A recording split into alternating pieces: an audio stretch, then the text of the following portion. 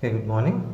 In this video, I want to explain the shifting property on Fourier transform.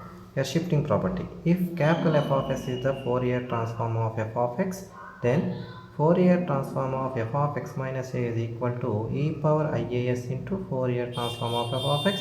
That can also be written as e power ias into capital F of s. Okay, for proving this shifting property, already we know the definition of the Fourier transform. That we can, by using that, we can write it as Fourier transform of f of x is equal to integral minus infinity f of x into e power isx dx, that is equal to capital F of x. This is the definition of Fourier transform.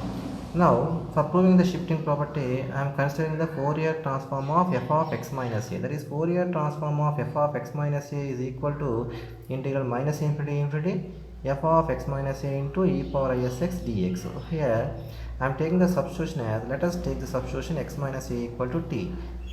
Differentiating on both sides, dx is equal to dt. The limits are also, suppose if you are substituting x equal to minus infinity, t equal to minus infinity, x equal to infinity means t equal to infinity. So unchanged, so I am writing as it is integral minus infinity f of t into e power is into x minus a equal to t means x equal to a plus t. I am replacing here into dx means dt.